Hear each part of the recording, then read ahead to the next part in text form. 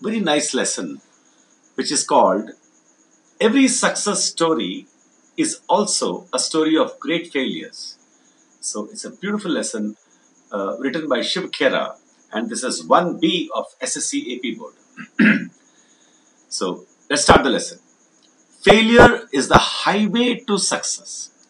The first sentence itself is, failure is the highway to success. It's a strange statement. How can failure be a highway to success? And that is the whole lesson today. Failure is the highway to success. Tom Watson Sr. said, if you want to succeed, double your failure rate. If you want to succeed, double your failure rate. If you study history, you will find that all stories of success are also stories of great failures. But people don't see the failures. They only see one side of the picture, and they say that person got lucky. That's what we see in real life. We see a successful person and we say, oh, this person got lucky. They only see one side of the picture and they say that person got lucky. He must have been at the right place at the right time. Let me share someone's life history with you. Now, here Shiv Khera is sharing a very interesting, very extraordinary story. Let me share someone's life history with you. This was a man who failed in business at the age of 21, was defeated in a legislative race at age 22. Legislative means for a ministry post. Failed again in business at age 24. Overcame the death of his sweetheart, his girlfriend, at the age of 26. Had a nervous breakdown at the age of 27. Nervous breakdown, when your mind doesn't function. He broke down mentally. Lost a congressional race at age 34. Congress. He was trying to win the Congress in US. Lost a congressional race at age 34. Lost a senatorial race at age 45. He wanted to become a senator. And he lost a senatorial race at age 45. Failed in an effort to become vice president at age 47. He tried to become the vice president and he failed at the age of 47.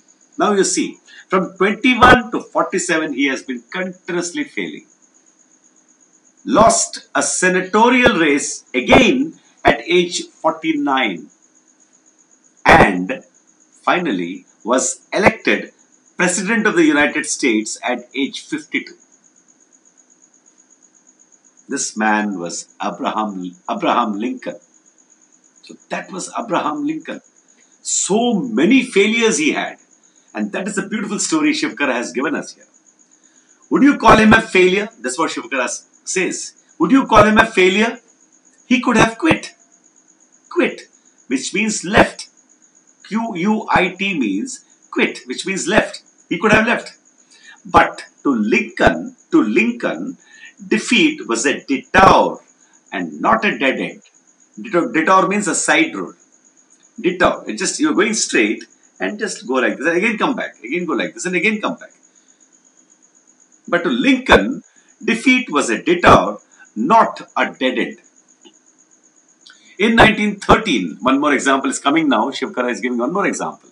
In 1913, Lee De Forest, inventor of the triodes tube, was charged by the district attorney, which is lawyer, for using fraudulent, F-R-A-U-D-U-L-E-N-T. Fraudulent means something which you are cheating in.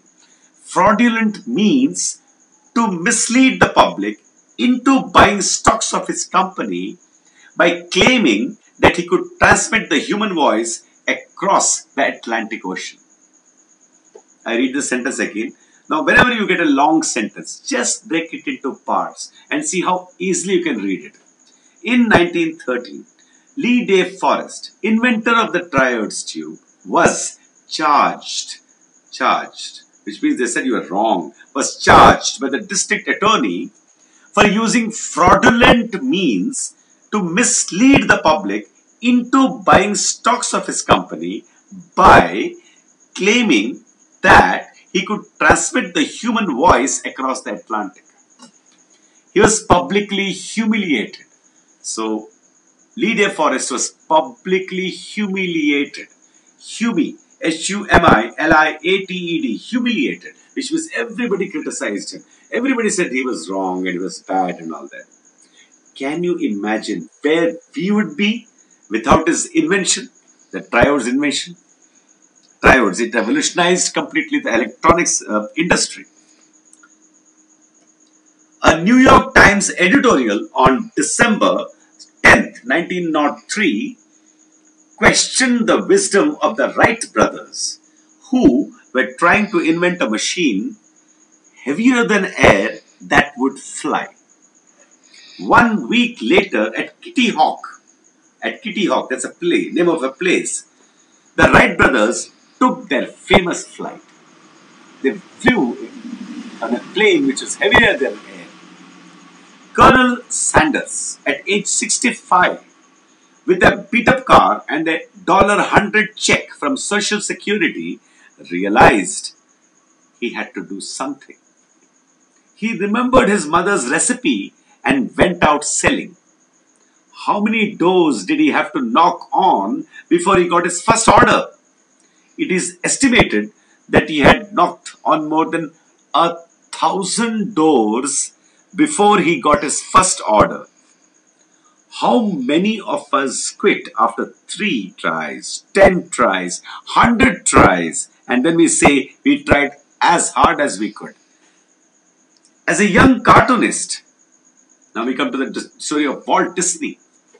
As a young cartoonist, Walt Disney faced many rejections from newspaper editors who said he had no talent. One day, a minister at a church hired him to draw some cartoons. Disney was working out of a small mouse-infected shed near the church. There was a lot of mouses there. After seeing a small mouse, he was inspired. That was the start of Mickey Mouse. So you can just imagine Mickey Mouse. Every home knows Mickey Mouse now. But Walt Disney was living in a small shed where there were so many mouses. And he didn't take it negatively. He got the idea of Mickey Mouse from that. Successful people, Shiv Khera says now, successful people don't do great things. They only do small things, but in a great way. What a lovely sentence this is. Successful people don't do great things. They only do small things, normal things, in a great way. One day, a half-deaf, 4-year-old kid came home with a note in his pocket from his teacher. And what is the note? Your Tommy is too stupid to learn. Get him out of the school. His mother read the note and answered, my Tommy is not stupid to learn. I will teach him myself. And that Tommy grew up to be the great Thomas Edison. And that was an amazing story. Thomas Edison had only 3 months of formal schooling and he was partially deaf. Many people don't know this. Thomas Edison had never gone, forget college, he had never gone to school. Henry Ford, now we come to the great Henry Ford, forgot to put the reverse gear in the first car he made. Do you consider these people failures? They succeeded in spite of problems.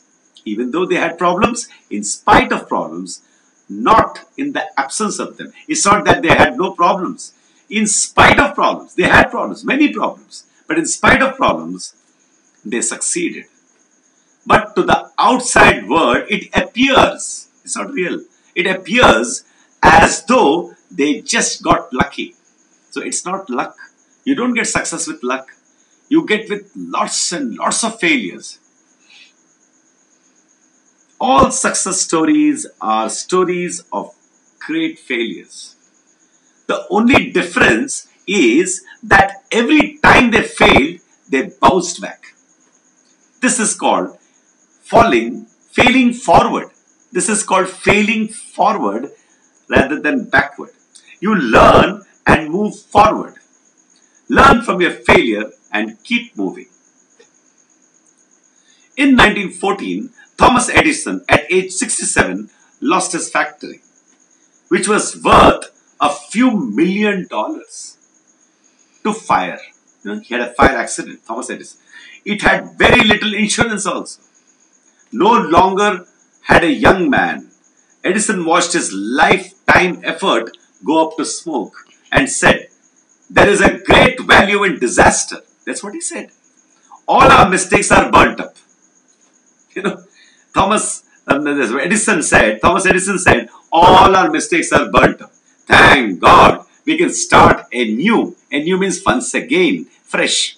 In spite of disaster, 3 weeks later, he invented the phonograph. What an attitude. That's what Shiv Khera writes. What an attitude. Below are more examples of the failures of successful people. Thomas Edison failed approximately 10,000 times while he was working on the light bulb. My goodness, 10,000 times. Henry Ford was broke at the age of 40. Broke means he had no money. Lee Iacocca was fired by Henry Ford too at the age of 54. And he later on went on to start his own automobile industry. Young Beethoven was told that he had no talent for music, but he gave some of the best music to the world. Setbacks are inevitable in life. Inevitable. You can't stop it. Inevitable is something which you can't stop. A setback can act as a driving force and also teach us humility. Humility. We understand we're not some superhuman beings. We are normal human beings. In grief means sadness. In grief, you will find courage and faith to overcome the setback.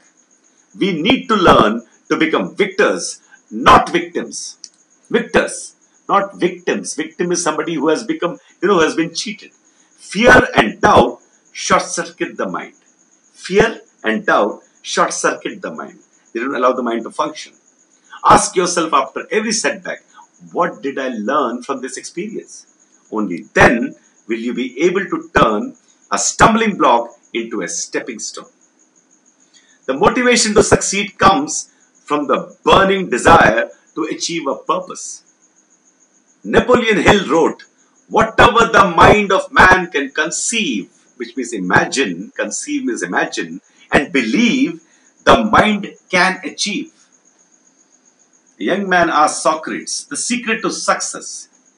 Socrates told the young man to meet him near the river the next morning. They met. Socrates asked the young man to walk with him towards the river. When the water got up to their neck, Socrates took the young man by surprise and ducked him into the water. Ducked him, put him into the water. The boy struggled to get out, but Socrates was strong and kept him there until the boy started turning blue. Socrates pulled his head out of the water, and the first thing the young man did was to gasp and take a deep breath of air. Socrates asked, "What did you want the most when you were inside?" The boy said, "Air." Socrates said, "That is the secret to success."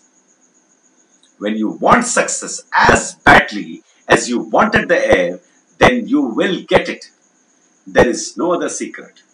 A burning desire is the starting point of all accomplishment.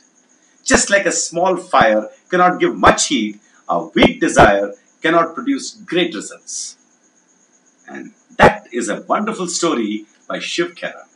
And he is a very great motivational speaker of India, and he has written many wonderful books. And he has also given a small poem, and I can read that small poem also. If you think, it's a small poem. If you think you are beaten, you are. If you think you dare not, you don't. Dare not, I can't do it. You don't.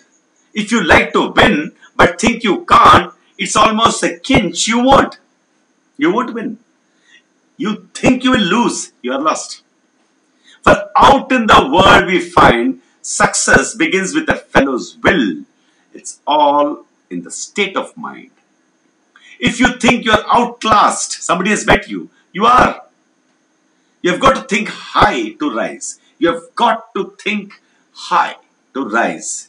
You have got to be sure of yourself before you can ever win a prize. Life's battles don't always go to the stronger and faster man. But sooner or later, the man who wins is the man who thinks he can win. And that is a lovely poem by Shiv Khera.